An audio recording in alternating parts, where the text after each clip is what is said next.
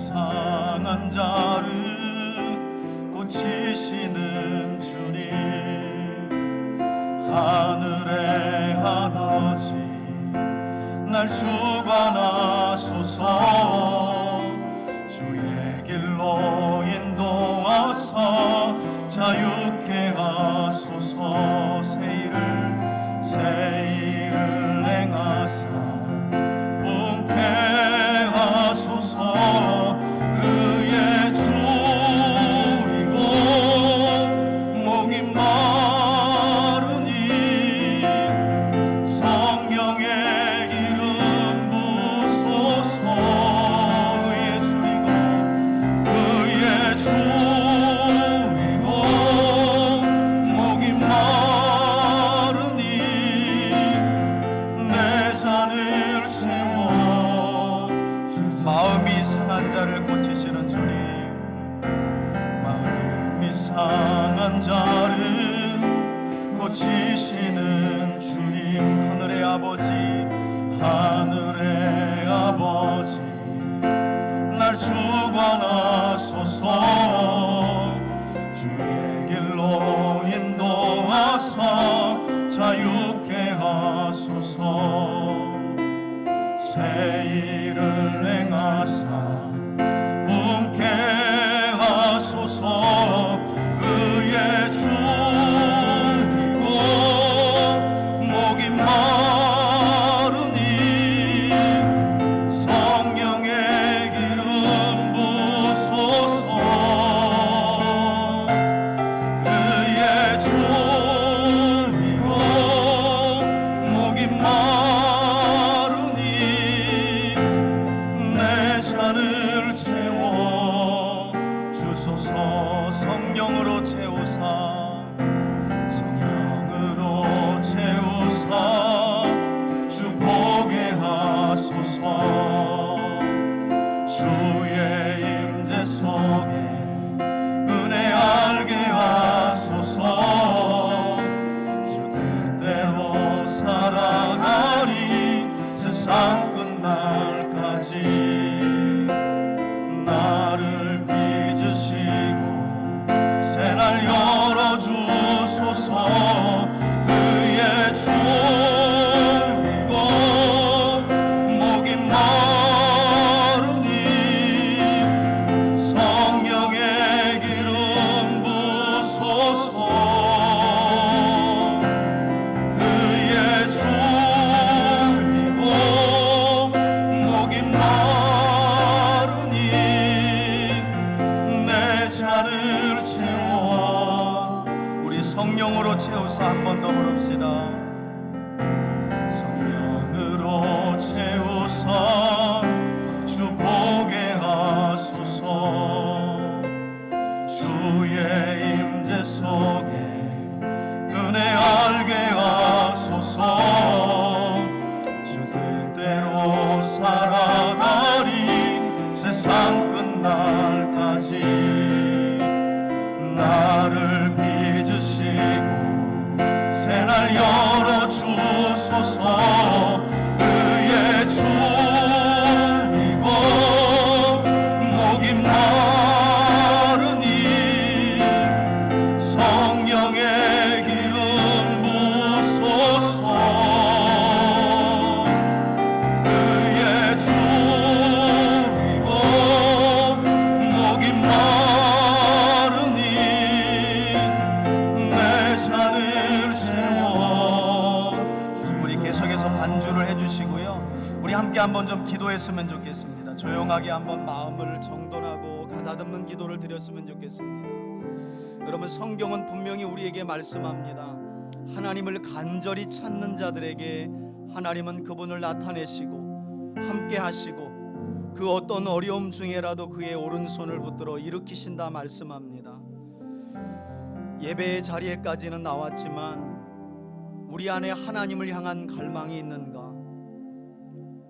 주님이 아니면 내 인생에 소망이 없다는 확실한 믿음이 있는가? 더 나아가서는 은혜 받은 대로 주 뜻대로 살아가겠다는 믿음의 결단을 가지고 왔는가? 이것이 예배의 한 시간을 좌우하는 것입니다. 우리 이 시간 잠시 기도할 때 주님의 의를 향해 목마르고 하나님 나라를 향하여 갈망하는 우리에게 오늘도 예배의 이 한 시간을 통해서 하나님의 크신 은혜를 더하여 주시고 우리의 상한 마음도 고쳐주시고 성령의 충만함 속에 주의 임재 안으로 들어가 하나님을 만나고 경험하는 복된 예배가 되게 해달라고 우리 다 같이 한번 마음 모아 잠시 기도하겠습니다. 할렐루야. 살아계신 하나님 아버지 감사합니다. 오늘도 주일날 하나님께로 나아가 주님을 찬양하며 예배 자리에 있게 하신 주님을 찬양합니다. 때로는 상한 마음으로, 때로는 번민하는 고통스러운 마음으로, 때로는 간절한 소망을 가지고 더 나아가서는 하나님 나라에 대한 의에 줄이고 목마른 심령으로 이 시간 주님께 나아가는 우리를 받아주시옵소서. 오늘도 우리 인생에는 새 것이 없지만 우리와 함께 하시는 하나님이 우리와 함께 하시기에 또한 우리를 도우시기에 이루실 새 일을 기대합니다. 주님, 우리 안에 하나님을 향한 목마름이 있게 하시고 하나님의 은혜에 대한 갈망이 있게 하여 주셔서 찬양할 때 성령으로 기름 부어주시고 말씀 들을 때 성령의 깨닫게 하심을 허락하여 주셔서 빈잔인 우리 인생, 목마른 우리 인생에 충만한 하나님의 은혜의 잔을 채워주시옵소서. 주님, 우리를 새롭게 하여 주시옵소서. 하나님을 향한 소망을 갖게 하여 주시고 우리 안에서 우리 인생을 통해 새 일을 행하실 하나님을 기대하게 하여 주옵소서. 우리는 우리 인생을 스스로 빚을 수 없지만 하나님은 전능자이시기에 우리 인생을 새롭게 빚어주실 줄 믿습니다. 새롭게 하여 주옵소서. 주님, 새롭게 하여 주옵소서. 의의 종이고 목이 마르니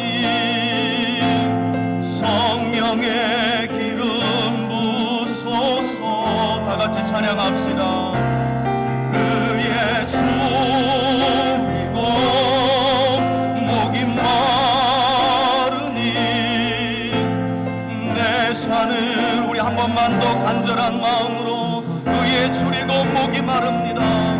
의에 줄이고 목이 마르니 성령의 기름 부소서.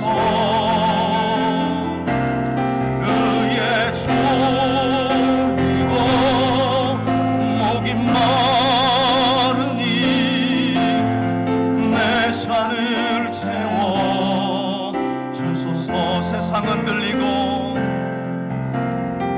세상은 들리고 사람들은 변하여도 나는 주를 섬기리.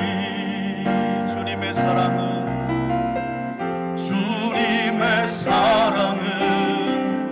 영원히 변하지 않네. 나는 주를 신뢰해 오직 믿음으로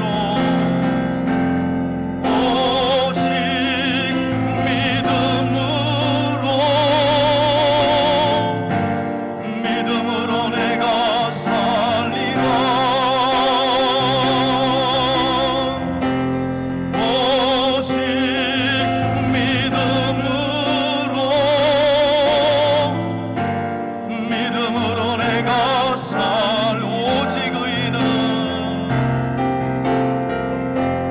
오직 의인은 믿음으로 말미암아 살리라. 오직 의인은 믿음으로 말미암아 살리라. 믿음은 들리고 사람들 주를 떠나도 나는 주를 섬기리. 아멘. 주님의 나라는 영원히 쇠하지 않네. 나는 주를 신뢰해. 아멘. 오직 믿음으로 나아갑시다.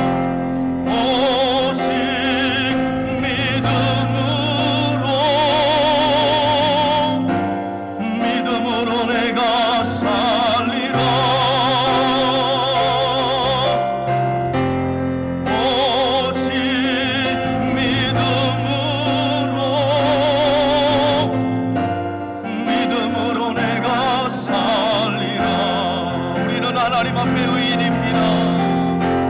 오직 의인은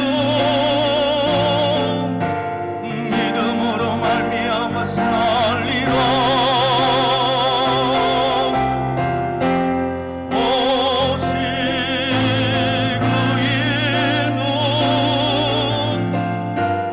믿음으로 말미암아. 우리 2절만 한 번 더 부릅시다. 믿음은 들리고 사람들 줄을 떠나도, 믿음은 들리고 사람들 줄을 떠나도 나는 주를 섬기리.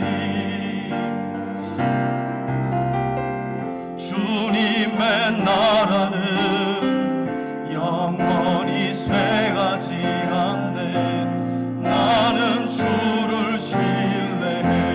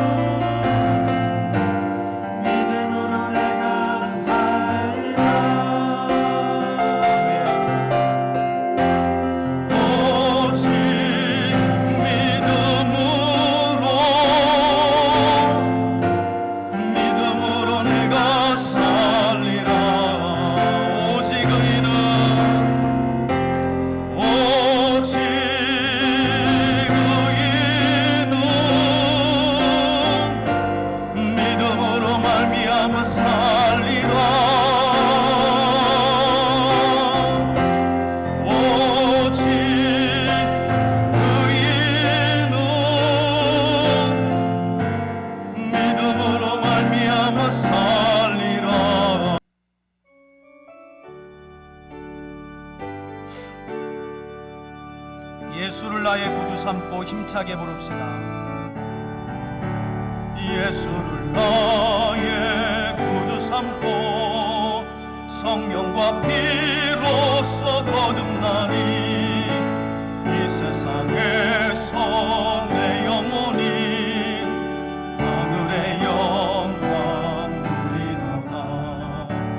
이것이 나의 간증이요 이것이 나의 찬송일세. 나 사는 동안 끊임없이 구주를 찬송하리로다. 온전히 주께 맡긴 내 영 사랑의 음성을 듣는 중에 천사들 왕래하는 것과 하늘의 영광 보리로다. 이것이 나의 간증이요 이것이 나의 찬송일세. 나 사는 동안 끊임없이 구주를 찬송하리로다. 주 안에 기쁨 누림으로 마음의 풍랑이 잔잔하니 세상과 나는 간 곳 없고 구속한 주만 보이도다.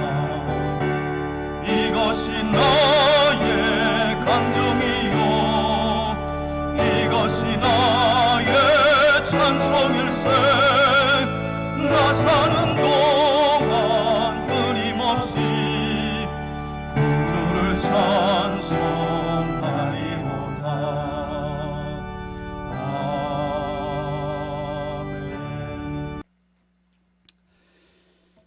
아멘. 디도서 2장 1절로 7절까지의 말씀, 제가 가진 성경은 신약성경 349쪽에 있습니다. 찾으셨으면 1절부터 10절까지만 10절까지입니다. 1절부터 10절까지 함께 합독하겠습니다. 시작. 오직 너는 바른 교훈에 합당한 것을 말하여 늙은 남자로는 절제하며 경건하며 신중하며 믿음과 사랑과 인내함에 온전하게 하고 늙은 여자로는 이와 같이 행실이 거룩하며 모함하지 말며 많은 술의 종이 되지 아니하며 선한 것을 가르치는 자들이 되고 그들로 젊은 여자들을 교훈하되 그 남편과 자녀를 사랑하며 신중하며 순전하며 집안일을 하며 선하며 자기 남편에게 복종하게 하라. 이는 하나님의 말씀이 비방을 받지 않게 하려 함이라. 너는 이와 같이 젊은 남자들을 신중하도록 권면하되 범사에 내 자신이 선한 일을 본을 보이며 교훈에 부패하지 아니함과 단정함과 책망할 것이 없는 바른 말을 하게 하라. 이는 대적하는 자로 하여금 부끄러워 우리를 악하다 할 것이 없게 하려 함이라. 종들은 자기 상전들에게 범사에 순종하여 기쁘게 하고 거슬러 말하지 말며 훔치지 말고 오히려 모든 참된 신실성을 나타내게 하라. 이는 범사에 우리 구주 하나님의 교훈을 빛나게 하려 함이라. 아멘. 아멘. 할렐루야. 우리 말씀 제목을 다 같이 한번 따라 합시다. 바른 교훈에 합당한 삶을 살라. 오늘도 함께 나눌 디도서의 말씀을 통해서 택하심을 입은 우리 3대 가족들의 믿음이 자라가기를 바라고요. 또 여러분들 모두가 진리의 지식을 바탕으로 거룩하고 경건하고 복된 삶을 살아갈 수 있기를 예수님의 이름으로 축원해 드립니다. 우리가 계속해서 여러분 목회 서신에 관한 말씀을 살펴보고 있습니다. 또 교회를 건강하게 세워가야 할 책무가 있는 목회자에게 주시는 말씀이고 더 나아가서는 교회에게 주시는 말씀이기에 오늘 이 자리에 있는 우리에게 무엇보다도 사도 바울이 기록하여 보낸 목회 서신은 아주 중요한 말씀이다라고 생각이 됩니다. 특별히 오늘은 벌써 8번째 시간입니다. 디모데전서의 말씀을 다 마쳤고 이제 지난 시간에 우리가 디도서 1장을 함께 살펴보았죠. 마지막 바울의 서신은 믿음 안의 참 아들이라고 부르는 사도 바울에게 있어서 디모데와 디도에게 보내는 서신인데요. 특별히 지난 시간 사도 바울은 디도에게 디도서 1장에서 어떤 말씀을 전했느냐?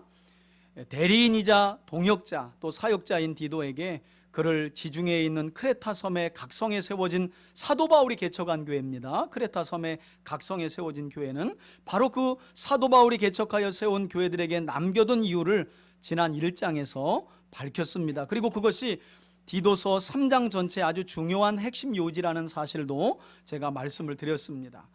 여러분, 사도 바울이 지중해에 있는 그 당시 그리스도에 속한 큰 섬들 중에 5번째 이 섬에 속하는 이 그레데의 교회들을 개척하고, 섬이에요. 섬 안에 각성의 교회를 개척한 건데, 그 섬에 왜 믿음 안의 참 아들이자 바울의 대리인이자 동역자, 특별히 디도하면 사도 바울이 좀 교회 안에 거친 일들이 벌어졌을 때, 분쟁과 다툼이 벌어졌을 때 그 일을 잘 해결했던 아들이 믿음 안의 아들이에요. 바로 디도예요.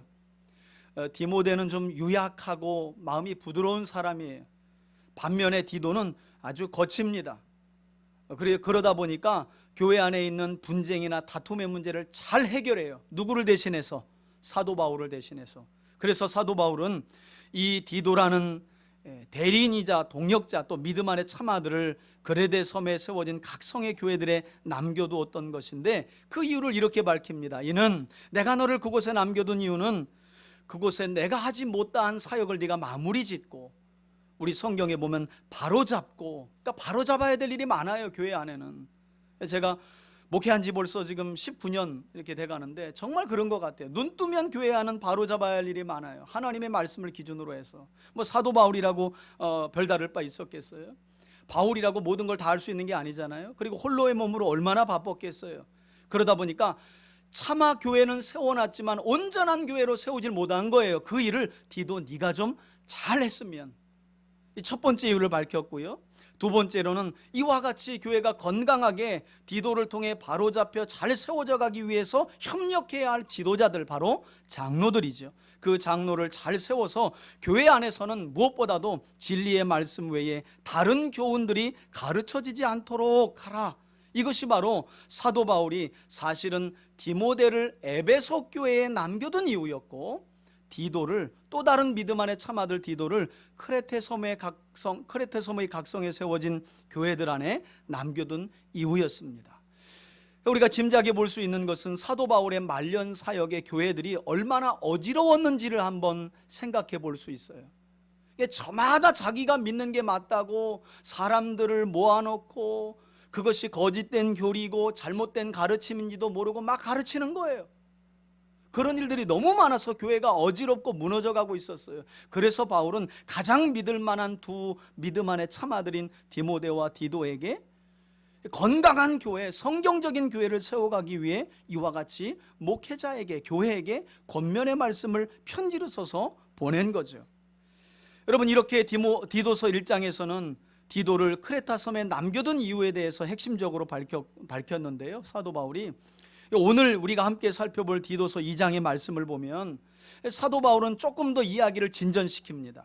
이게 무슨 말인가 하면 성경적으로 건강한 교회란 단지 목회자와 지도자들 몇 명이 잘 세워졌다고 이루어지는 것이 아니라 주님의 몸된 교회 구성원들 전체가 바른 교훈의 가르침을 받고 또한 그 가르침을 따라 합당한 삶을 살아갈 때 이것이 가능하다는 거예요. 여러분, 목사 한 사람이 아무리 바르게 살아봐야 여러분들 안에는 고정관념이 있다 그랬잖아요. 저분은 목회자니까. 그래, 당연히 그렇게 살아야 된다는 거예요. 더 나아가서는 또 장로님이 그러잖아요. 그러려고 장로 받았지 뭐 또 이래요.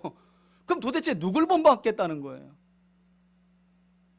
그래서 목회자가 바른 교훈에 합당한 삶을 살아도 본받지 않고 장로님들이 그렇게 살아도, 그래서 종종 중직이 아님에도 불구하고 신실하고 아주 건강한 믿음을 가진 집사님들이 영향력이 사실은 더 많아요. 저는 우리 교회 안에서 그런 이야기를 들을 때 사실은 사역에 제일 큰 보람이 있고 기쁘기도 합니다. 어쩌면 그런 분들이 많아야 건강한 교회가 세워져 갈 수 있는 거죠. 그래서 목회자 한 사람 또는 중직인 장로 몇 사람이 바른 교훈에 합당한 삶을 살아내면 건강한 교회가 세워지는 것이 아니라 성도들 모두가, 교회 구성원인 몸된 지체인 모두가 이와 같이 바른 교훈에 합당한 삶을 살아가야 한다라고 사도 바울이 권면하고 있는데요. 그래서 우리 사도 바울이 1절부터 어떤 권면을 직접적으로 하고 있느냐? 1절을 보시겠어요? 오직 너는 디도를 말하는 겁니다. 바른 교훈에, 성경을 말하는 거죠. 무엇을 가르치라고요? 합당한 것을 말하라. 그러니까 성경적으로 건강한 교회란 교회의 지도자들은 반드시 진리의 말씀과 바른 교훈만을 가르치고 또 그 가르침을 받은 성도들은 각기 자신들의 삶 속에서 그 바른 교훈에 어떤 삶을, 합당한 삶을 살아가야 한다는 거예요. 그러면서 바울은 당시 그레데 섬 안에 각 성에 세워진 교회들 안에 주요 구성원들, 크게 여러분 성경을 보면 6부류들에게 사도 바울이, 그러면 그리스도인으로서 주님의 몸된 교회의 지체로서 우린 각기 자기 신분과 지위에 맞게 어떤 합당한 삶을 살아가야 한다고 말씀하느냐? 가장 먼저 2절을 보니까 교회 안에 어떤 분들에게 말씀하고 있어요? 늙은 남자. 어떤 성경에도 보니까 그냥 연로하신 남자 성도들을 이렇게 번역을 해놨더라고요. 저는 그게 조금 더 지금 우리에게는 좀 더 매끄럽게 번역이 된 게 아닌가. 그래서 가장 먼저는 여러분 교회 안에 있는 부류 중에 연로한 남자 성도들을 향해 사도 바울이 권면하죠. 뭐라고 권면을 하느냐? 늙은 남자로는 절제하며 자제력을 말하는 거예요. 자제력. 여러분, 나이가 든다고 자제력이 생기나요? 제가 볼 때는 저희 어머니나 아버지를 봐도 연세가 들면 넉넉할 것 같은데 어떨 때는 자제력이나 절제력이 더 부족한 거예요. 확 그렇게 어린아이들처럼 그런 모습 봐요. 연륜이 있다고 절제가 스스로 되는 건 아닌 것 같아요. 오히려 이 조바심이 더 나고요, 더 잔소리를 많이 해야 되고요, 막 그런 것 같아. 교회 안에서도 마찬가지죠. 그래서 사도 바울은 교회 안에 6부류의 구성원들 중에 가장 먼저 연로하신 남자들에게 자제력을 좀 갖춰라, 자제력을 말하죠. 그리고 경건하고 신중하며, 다음은 건전한 신앙의 골조라고 말할 수 있는 믿음과 사랑과 인내함에 온전하게. 여러분, 여기까지가 교회 안에서 연로한 남자들에게 가르쳐야 할 바른 교훈에 합당한 삶의 모습인데요. 근데 가만히 여러분 이제 이 부분뿐만 아니라 성경 이후의 내용을 읽어보시면 이 내용들이, 그러니까 교회 안에는 이런 여러 부류들이 있는데 이런 여러 부류들은 이와 같이 바른 교훈에 합당한 삶을 살아야 한다라고 계속해서 사도 바울이 편지를 써가고 있는데 내용을 읽어보니까 낯설지가 않더라는 거예요. 특히나 우린 이미 디모데전서를 봤고 앞서 지난주에 디도서를 봤어요. 여러분, 그리고 나서 이 장을 보니까 이 내용들이 낯설지가 않아요. 왜냐? 지금 연로한 남자 성도들이 살아가야 할 그리스도인다운 합당한 삶의 모습뿐만 아니라 이제 이후에 계속해서 권면되고 있는 여러 부류들에 대한 권면들은 앞서 우리가 디모데전서 3장과 디도서 1장에서 살펴봤던 장로의 자격과 집사의 자격의 그 핵심적인 내용과 거의 같기 때문이에요. 여러분, 이것은 무엇을 의미하느냐? 당시 초대교회는요, 교회 안에 직분자를 선출할 때 오늘날처럼 그냥 신앙적인 수준만 보고 저분을 집사로, 안수집사로, 장로로, 권사로 세우지 않았다는 거예요. 왜냐? 여러분, 이런 삶은 그리스도인으로서 우리 모두가 다 같은 부르심을 받았기 때문에. 할렐루야. 저분은 목사이니까, 장로이니까, 권사이니까, 안수집사님이니까, 집사님이니까 당연히 신중하고 절제하고 경건하고 그래야 되는 게 아니라 모든 그리스도인들의 부르심은 이와 동일했다는 거예요. 그게 초대교회의 영적 수준이었어요. 우린 그런 거 아니에요. 나는 못 나가는데 저분이 새벽 기도를 많이 나가. 여러분 그러면요, 목사부터 일단 그게 물론 새벽 기도 아무나 나올 수 있는 거 아니죠. 범사의 기도 훈련 아무나 할 수 있는 거 아니에요. 헌금도 마찬가지고 예배 생활도 마찬가지고 전도와 선교도 마찬가지입니다. 아무나 할 수 있는 게 아니에요. 그러다 보니까 그런 외적인 것에 열심을 두면 금방 직분자로 세우는 거예요. 나는 못하고 그는 하니까. 여러분, 성경에는 그런 것들이 직분자를 세우는 핵심적인 요인이라고 말하지 않아요. 그러니까 어떤 면에서는 오늘날 얼마나 부끄러워요. 교회 안에서 집만 사면 집사를 준다면서요. 얼마나 부끄러운 말이에요. 성경적으로 집사라는 자격 조건이 얼마나 중요한데 목회자와 중직자들을 도와 선한 일을 하기에 열심히 있도록 세운 것이 집사인데 교회 수준이 너무 낮아졌잖아요. 우리 스스로가 그렇게 어쩌면 만든 거라고 볼 수 있어요. 초대교회는 목회자만, 중직자만, 집사들만 그랬던 것이 아니라 교회 안에 연로한 남자들, 연로한 여자들, 젊은 남자들, 젊은 여자들, 종들, 상전들 모두가 다 이와 같이 같은 부르심을 받았다는 사실을 가르쳤다는 거예요.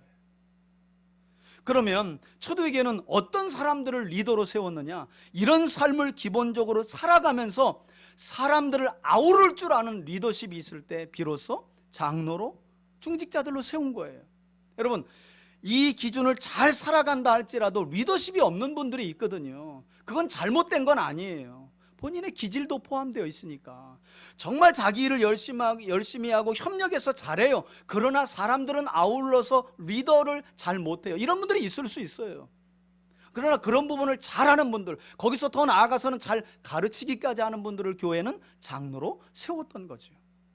그냥 새벽기도 잘 나온다고 장로 세우고, 헌금 잘한다고 장로 세우고, 교회가 필요한 뭘 긁어준다고 장로 잘 세우는 게 아니라 이런 기본적인 삶을 성도 모두가 다 살아간 것이에요. 장로라 특별해서 살아간 게 아니라. 그럼 오늘 좀 부담이 되죠. 왜냐하면 이전에 디모데전서 3장 읽을 때만 해도 장로와 집사, 난 성도니까 또 예외. 지난주에 읽었던 디도서 1장도 보니까 장로를 잘 세워, 나도 또 예외. 난 장로가 아니니까. 오늘 어떻게 피하실 거예요? 오늘은 성도들에게 주시는 말씀인데, 우리 모두가 이 부르심을 위해서 그리스도 예수님의 피값으로 구원받았다고 하나님이 말씀하시는데, 그래서 목회서신 중에 디도서가 잘 안 가르쳐져요. 여러분, 이런 얘기가 오늘날 우리 그리스도인들에게는 잘 와닿지 않아요. 부담만 돼요. 목사님, 그냥 오늘도 우린 안식일 날 안 나올 수 없어 나왔고 위로의 말씀만, 좋은 말씀만 해주세요. 여러분, 이렇게 되면 교회의 질이라는 게 떨어질 수밖에 없지요. 자, 그런 다음 바울은 교회 안에 있는 두 번째 부류죠. 이제 연로한 여자 성도들을 잘 들으셔야 합니다. 그들이 살아야 할 합당한 삶을 권면하죠. 늙은 여자로는 어떻게 해요? 이와 같이라는 말이 여러분 중요해요. 이와 같이라는 말은 앞서 2절에서 이야기한 연로한 남자 성도들에게 요구했던 합당한 삶은 기본이라는 거예요. 이와 같이라는 말은 앞서 설명했던 건 기본이고 거기에 플러스, 거기에다가 행실이 거룩하며, 그리고 여자들이 항상 연약한 점이 뭐예요? 비방하고 모함하고 남 뒷담화 치는 거 아니에요. 모이면 뒷담화 치는 거 아니에요. 서로 모함하지 말며, 저는 그러려면 차도 안 마셨으면 좋겠어. 꼭 자기들끼리 이야기해놓고 그 다음에 교회가 뭐 누구 집사가 왜 이래, 그래놓고 여러분 3시간을 떠들어요. 그러면서 어떻게 헤어지는 줄 아세요? 못다한 건 전화로 할게 또 그러네. 이게 여성분들의 특징이야. 그렇게 온갖 이야기를 해놓고 헤어질 때 못다한 건 집에 가서 전화로 통화해. 또 그래, 집에 가서 전화를 또 해요? 오늘 못한 건 내일 만나서 또 해. 이렇게 언제까지?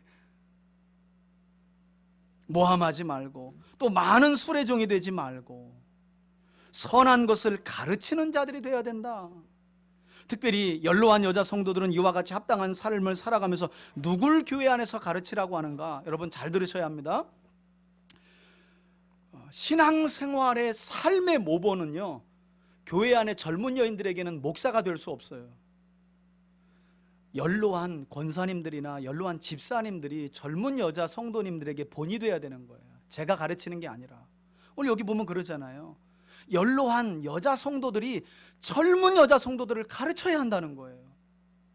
신앙생활에 뭐가 중요한지, 어떤 걸 살아가는 것이 세상에서 구별된 삶인지를 알아야 가르치지. 알아야. 4절 그렇게 하면서 사도 바울은 젊은 여인들에게 주시는 합당한 삶도 교훈하고 있어요. 그들로, 앞서 말한 연로한 여자 성도들을 말하죠. 젊은 여자 성도들을 교훈하게 하되 가르치게 하라는 거예요. 그러면서 자연스럽게 젊은 여자 성도들이 살아야 할 합당한 모습도 가르치고 있죠. 그들은 그 남편과 자녀를 사랑하고 신중하며 순전하며 집안일을 곧 살림을 잘하고 선하며, 오늘날 같은 경우에는 맞벌이도 있기 때문에 서로 좀 배려해야 될 상황이지만, 여하튼 젊은 여자 성도들은 집안일과 살림을 잘하고 선하며 자기 남편에게 어떻게 해요? 복종하게 하라. 이런 말씀들은 가르치기가 매우 참 힘들어. 요즘과 같은 시대에. 목사님도 남자니까 과연 그런가? 여러분 에베소서를 잘 읽어보면요, 이렇게 말해요. 사도 바울이 아내들은 교회가 머리 대신 그리스도께 복종함과 같이 복종하라. 그러니까 막 혈기를 부려요. 왜 아내들만 그래야 되느냐? 그 다음이 여러분 더 엄중한 거 아세요? 남편은 그리스도께서 교회를 위하여 죽으심과 같이 아내를 위하여 뒤져라. 이렇게 말해요. 여러분 어떤 게 더 나아요? 복종이 나아요? 뒤지는 게 나아요? 그러니까 성경 읽어보고 말하셔야 돼. 이 성경이 고리타분해서 2000년 전의 말씀이란 말이지. 이게 여자들 우습게 봐가지고 말이지 남편 복종하게 하라고. 여러분 성경을 보고 읽으세요. 우린 뒤져야 될 팔자를 가지고 태어난 사람이에요. 남편들은 아내를 위해서, 그리스도께서 교회를 위하여 죽으심과 같이 죽으라잖아요. 복종이 뭐가 어려워요?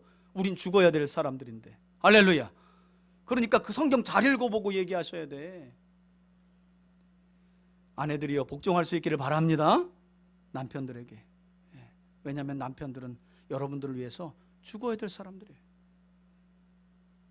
자, 그리고 난 후에 여러분 이런 말을 사도 바울이 하죠. 왜 그러면 이와 같이 젊은 여자 성도들, 더 나아가서는 앞에부터 나이 연로한 남자 성도들, 나이 연로한 여자 성도들, 더 나아가서는 젊은 여자 성도들이 이와 같이 바른 교훈에 합당한 삶을 살아야 하느냐? 5절 후반에 보니까 이렇게 바울이 이야기합니다. 이는 무엇보다도 하나님의 말씀이 무엇을요? 비방을 받지 않게 하려 함이라. 그래야만 하나님의 말씀이 욕을 먹지 않는다는 거예요. 여러분 오늘날 우리가 종종 보잖아요. 뉴스를 틀면 지금 또 코로나 때문에 얼마나 교회가 비방을 받고 하나님의 말씀과 교훈이 비방을 받는지 몰라요. 생각 없는 우리 행동들 때문에. 물론 악의적인 비방도 그 안에 섞여 있을 것이라고 저는 봅니다. 그러나 기본적으로 그 모든 단초는 항상 교인들이 제공해요. 그게 참 문제가 많아요. 할 수만 있다면 구원받은 사람으로서 합당한 믿음의 삶을 말씀 안에서 살아가야 하나님의 말씀이 비방을 받지 않는다는 거예요. 보세요. 지금 1만 교회 가까이 개척교회들이 문을 닫았다고 하잖아요. 이제 이거 다시 전도해야 되거든요. 제가 볼 때는 전도가 앞으로는 이전보다 훨씬 더 어려워질 것이라고 생각이 들어요. 왜냐하면 이미 교회는 약간 꼴통, 말 잘 안 듣는 어떤 집단, 외골수 이렇게 낙인이 찍혔어요, 세상에서. 복음에 대한 신선함도 없고요. 왜? 나가면 모든 삶의 기준과 원리와 목적이 똑같아요, 세상 사람들과. 여기 와가지고 조금 좀 다른 거지. 여러분, 이제 바뀌어야 돼요. 이래가지고는 하나님의 말씀이 비방받는 일이 앞으로는 더 할 거예요. 그래서 오늘 디도서 2장의 말씀을 준비할 때 참 한 주간 마음이 무거웠어요. 제가 설교를 해야 되는데 이 말씀이 성도들에게 어떻게 와닿을까? 이걸 듣고 저들은 어떤 생각을 또 할까? 뭐가 달라질까? 내 목회에 소망은 있는 걸까? 늘 그냥 단단한 벽에다가 뭘 갖다 던지는 건 아닐까? 이런 좀 답답함도 있었어요.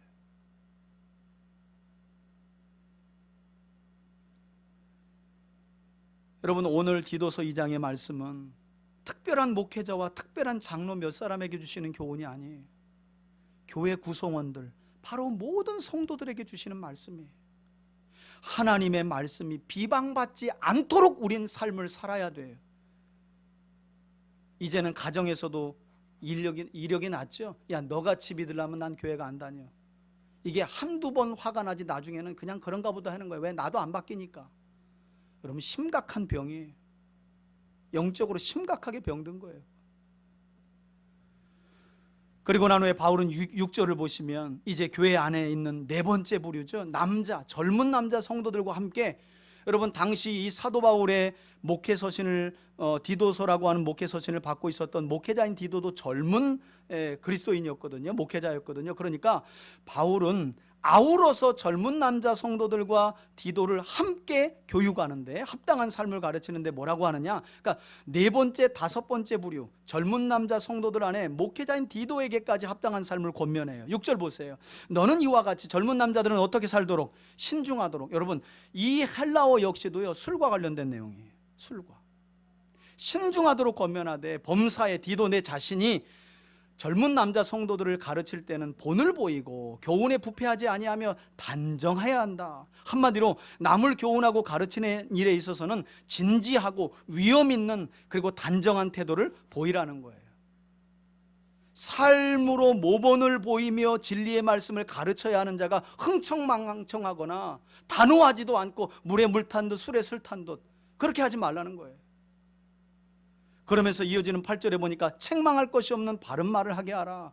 왜냐? 이는 복음 사역을 대적하는 자들로 하여금 부끄러워함으로 우리를 악하다 할 것이 없게 하려 함이라. 다시 말해서 교회 안에 젊은 남자 성도들과 사역자들은 바른 교훈에 합당한 삶을 살아가므로 반기독교 세력, 안티크리스찬으로부터 어떤 흠잡을 만한 근거도 내어줘서는 안 된다는 거예요. 그러니 여러분, 지금 이 시대 이 코로나 전국 가운데 교회가 얼마나 부끄러워요. 막 목회자 사모님이 막 벌리라고 하고 소금물을 막 뿌려대고, 그러니 이 도대체가 어떻게 어디서부터 가르쳐져야 되는지 모르겠어요. 너무나 비상식적인 행동을 믿음이라는 걸로 감싸가지고 해버리는 거예요. 그냥 믿습니다 하면 다 되는 줄 알고. 웃기는 이야기죠. 성경은 전혀 그런 이야기를 하지 않는데 그런 하나님을 만들어내고 자기들끼리 섬기는 거죠. 사도 바울은 이렇게 할 때 복음을 대적하는 자들이 스스로 부끄러워하며 책 잡을 것이 없을 거다, 이렇게 얘기해요. 뿐만 아니라 바울은 이제 교회 안에 있는 마지막 여섯 번째 부류인 노예 신분을 가진, 우리 앞서 디모데 전서에서도 종들에게 바울이 여러 권면을 했잖아요. 여기서도 종의 신분, 노예의 신분으로 교회에 와서 성도가 된 사람들이 살아야 할 합당한 삶에 대해서 이렇게 권면합니다. 종들은 자기 상전들에게 범사에 순종하고 그 주인을 기쁘게 하고 주인에게 어떻게 거슬러 말하지 말며. 이는 말대꾸하지 말라는 말이에요. 뿐만 아니라 주인에게 속한 물건을 함부로 훔치지 말고 오히려 모든 참된 신실성을 어떻게 나타내게 하라. 여러분, 바울은 벌써 교회 안에 있는 여러 부류의 구성원들 모두가 이처럼 바른 교훈에 합당한 삶을 살아가야 할 이유에 대해서 5절에 보니까 그래야 하나님의 말씀이 비방받지 않고, 8절에 보니까 그래야 복음을 대적하는 자들이 흠잡을 것이 없이 그들 스스로가 부끄러워할 것이기 때문에 라고 밝혔어요. 그러면서 바울은 마지막으로 다시 한번 교회 구성원들인 성도들 모두가, 그러니까 이 자리에 있는 우리 모두를 포함한 모든 그리스도인들이 왜 바른 교훈에 합당한 삶을 살도록 힘써야 한다고 말씀하고 있느냐. 10절 말씀 후반절에 보니까 이렇게 얘기하죠. 이는 범사의 우리 구주 하나님을 어떻게 해요? 빛나게 하려 함이라. 하나님의 교훈을 어떻게 해요? 빛나게 하려 함이라. 그래야만 우리가 믿고 따르는 하나님의 말씀이 아름답게 빛나기 때문이라는 거예요. 여러분, 우리가 아무리 그리스도 예수님을 믿으세요, 예수 그리스도의 복음만이 우리에게 구원을 가져다주는 영원한 생명의 말씀입니다 라고 말한들, 우리의 삶이 그 바른 교훈에 합당한 삶을 살아가기에 노력하지 않으면 여러분, 그 진리의 말씀, 생명의 말씀, 구원의 말씀은요 어둡게만 되어지는 거예요. 빛을 발할 수 없는 거예요. 그래서 사도 베드로 역시도 베드로전서 2장 9절 말씀에서 이와 비슷한 말을 했지요. 베드로는 하나님께서 이 자리에 있는 저와 여러분들을 택하신 족속으로, 또 왕같은 제사장과 거룩한 하나님의 백성으로 그분의 소유로 삼으신 이유를 이렇게 말해요. 이는 하나님의 아름다운 덕을 세상에 빛나게 하며 선전하게 하려 함이라. 할렐루야. 이것이 우리의 부르심이라는 거예요. 뿐만 아니라 바울은 이렇게 성도들 모두가 바른 교훈에 합당한 삶을 살아가야 할 이유에 대해 마지막 단락에서 이렇게 말합니다. 이는 모든 사람에게 구원을 주시는 하나님의 은혜가 나타났다는 거예요. 이 하나님의 은혜가 나타나서 성도들인 우리를 어떻게 하고요? 양육하고 훈련하시되 우리로 하여금 경건하지 않은 것과 이 세상 정욕을 다 버리고 신중함과 의로움과 경건함으로 훈련하여 이 세상을 살아가게 하셨다. 저는 이 말씀을 대할 때 나도 뭔가 내가 생각했던 교회론의 수정이 필요하구나, 이런 생각을 들었어요. 여러분, 우리가 생각하는 교회 공동체란 이런 거잖아요. 깊이 사랑하고 교제하는 거. 맞아요. 틀린 것은 아니에요. 그러나 그 사랑이 무엇을 통해 온전해지는지 우리가 이걸 놓친 것 같아요. 여러분, 교제와 사랑이 있는 깊은 교제가 교회 공동체의 핵심이 아니라요, 교회 공동체의 핵심은요, 하나님의 은혜를 기초로 하여 하나님의 말씀 안에서 양육받고 훈련받는 거예요. 믿으십니까? 그래야만 참된 사랑의 교제가 이루어져요. 보시라고요. 이렇게 훈련 안 된 분들, 여러분, 교제하면요, 이 얘기 저 얘기 남 얘기 다 하고 결국 둘이서 또 싸워요. 그래서 교회 못 다니겠다고 말해요. 제가 20년 동안 교회 안에서 봤던 모습이에요. 그러나 훈련받은 사람들은 달라요. 말에 절제가 있어요. 행동에 근실함이 있고 경건함이 있어요. 이 말은 해서 유익이 없겠다 그러면 안 할 줄도 알아요. 그게 양육받고 훈련받은 사람과 그렇지 않은 사람과 다른 점이에요. 여러분 스스로가 여러분 자신을 볼 때 한번 돌아보시라고요. 난 어떤 사람인가? 양육받고 훈련받은 하나님의 은혜를 기초로 하여 바른 교훈으로 양육받고 훈련받은 사람인가? 어떤 말을 할 때에도 내 말이 교회에 어떤 영향력을 미칠까? 누구의 믿음을 떨어뜨릴까? 세울까? 고민 안 해보잖아요. 그냥 입에서 생각나는 대로 말하고 씹기 좋은 대로 씹고, 그러니 하나님의 말씀이 비방받을 수밖에 없고 책 잡을 거리를 교회는 계속 줄 수밖에 없고, 하나님의 교훈이 빛나기보다는 땅에 떨어지는 그런 상황을 우리가 맞이하게 되는 거죠. 저는 우리 3대 교회가 그런 점에서는 오늘 바울이 성경을 통해 가르쳐주는 것처럼 하나님의 교훈을, 여러분 구원을 주시는 하나님의 이 은혜라고 말하잖아요. 이 하나님의 은혜를 기초로 한 바른 교훈에 합당한 삶을 여러분 스스로가 양육받고 훈련받아서 성경이 말하는 깊은 사랑의 교제를 이룰 수 있기를 주의 이름으로 축원해 드립니다. 여러분, 이 교제를 맛보아야만 신앙생활에 재미가 있고 맛이 있어요. 여러분, 끊임없이 나에 대해서 난 왜 저래 왜 이래, 여러분 이거 못 벗어나면요 신앙생활 오래 못 갑니다.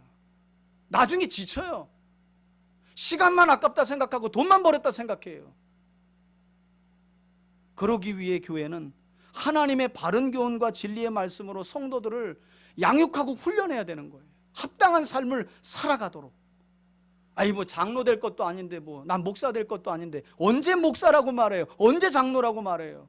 성도들 모두라고 이야기하잖아요. 우리 모두에게 주시는 말씀이에요. 여러분, 전도 어렵지 않아요. 여러분들이 성경대로 살면 열매는 따라와요. 가족 전도요? 언제가 제일 쉬웠냐고요? 여러분들이 하나님의 말씀을 따라갈 때 영혼들은 움직이는 거예요. 여러분들이 하나님의 말씀을 따라가지 않기 때문에 영혼들은 안 움직여요. 왜? 저와 나는 다른 게 없기 때문에. 영원한 생명에 대한 궁금증도 없고 간절함도 없어요. 죽음에 대한 두려움도 없어요. 왜? 내 가정 안에 있는 그리스도인이 도무지 죄에 대해서 경각심이 없어. 하나님이 벌하실 것에 대한 두려움도 없어. 어떻게 그걸 보고 전도가 될 수 있겠어요? 불가능해요. 어려워요. 그래서 바른 교훈으로 양육받고 훈련받아서 우리가 진짜 교제 안으로 들어가야 되는 거죠. 저는 그런 점에서 코로나 이후에는 진짜 하나님의 사람들만 남을 것이라는 제 생각도 들어요. 저는 그때 저와 여러분들이 바른 교훈에 양육받고 훈련받은 하나님의 사람들로 하나님의 말씀을, 하나님의 교훈을 빛내게 하는 그런 남은 자들이 될 수 있기를 주의 이름으로 축원해 드립니다. 여러분, 이걸 위해서 우리가 이 자리에 있는 것 아니겠어요? 여러분, 13절을 한번 보시겠어요? 바울은 이런 하나님의 은혜를 기초로 하여 합당한 삶을 살아가도록 양육받은 성도들에게 이런 삶의 특징도 나타낸대요. 그들은 복스러운 소망과 우리의 크신 하나님 구주 예수 그리스도의 영광이 나타나심을 기다리게 하셨으니, 여러분, 주님의 재림을 기다리십니까? 하나님의 나라가 여러분들을 통해 이루어져 가고 계심에 관심이 있으세요? 주님이 내일이라도 다시 오시면 그 다시 오셔서 완성될 하나님의 나라를 맞이할 준비가 되셨습니까? 그냥 이 땅에서 잘 먹고 잘 사는 일로만, 그런 기도 제목으로만 우리 안에 꽉 차 있어요.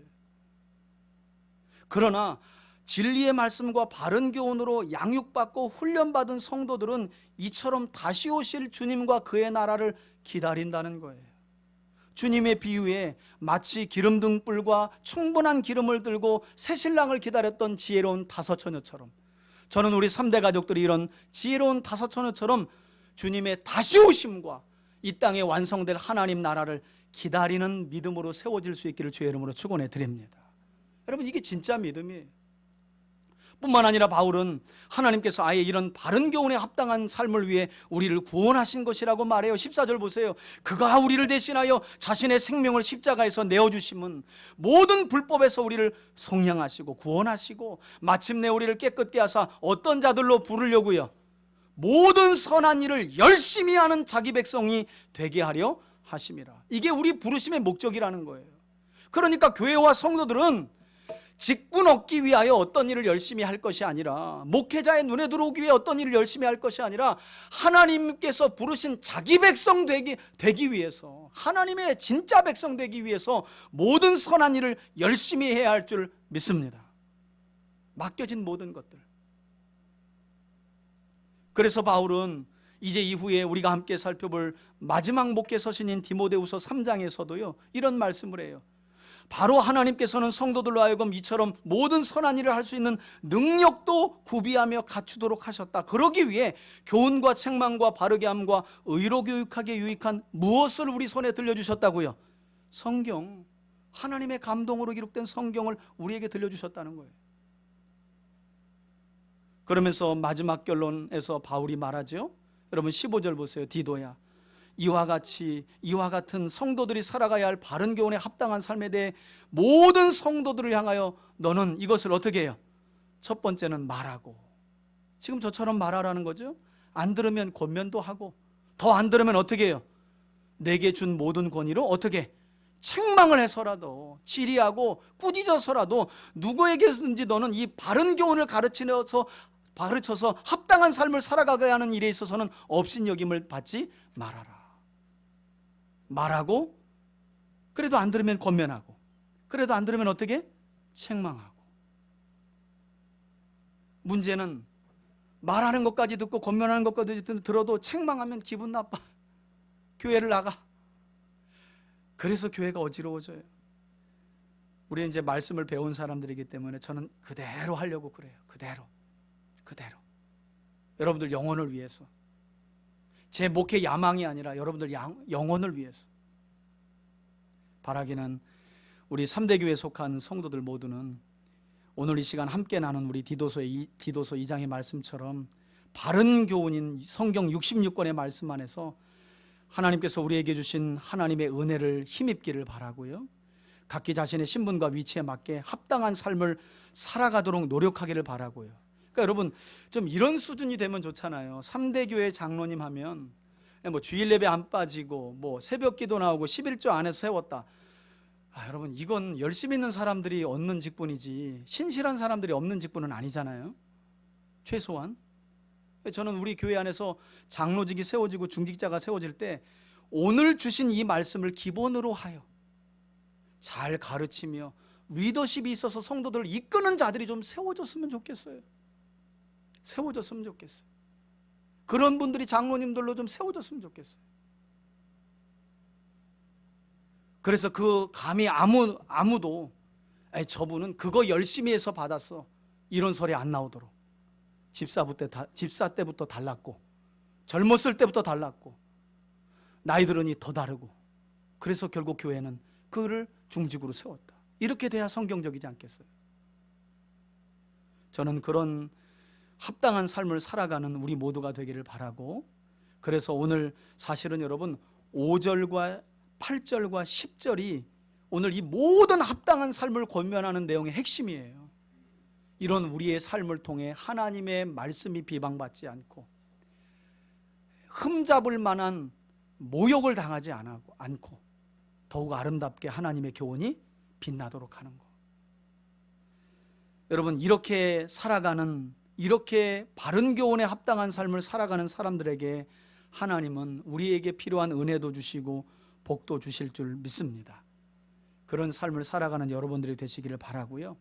특별히 제가 부탁드릴 것은 오늘 제가 설교 마지막에도 말씀드렸다시피 이제는 앞으로 제가 성경적으로 여러분들이 미워서가 아니라 정말 제가 바른 말을 하고 권면도 하고 때로는 책망도 바르게 할 때에 여러분들이 그 가르침을 잘 받고 순종함으로 앞으로도 우리 3대 교회가 다른 그 무엇보다도 하나님의 교훈을 영원토록 아름답고 빛나게 하는 교회로, 그리고 모든 선한 일을 감당할 만한 하나님의 백성다운 교회로 세워져 갈 수 있기를 주의 이름으로 축원해 드립니다. 이제는 우리 주 예수 그리스도의 은혜와 하나님 아버지의 사랑과 성령의 교통하심이 지금은 많이 무너져 있고 어그러져 있고 깨어져 있지만 오늘 이 시간부터라도 생명의 말씀인 바른 교훈에 합당한 삶을 각기 나이와 신분과 직분에 맞게 살아가기로 다시 한번 결단하며 나아가는, 그래서 하나님의 교훈을 아름답게 빛내기로 소망하며 나아가는 우리 성도들 머리머리 위에, 저들의 가정과 기업 위에, 우리 교회 위에 이제로부터 영원토록 함께 계시를 지어다. 아멘.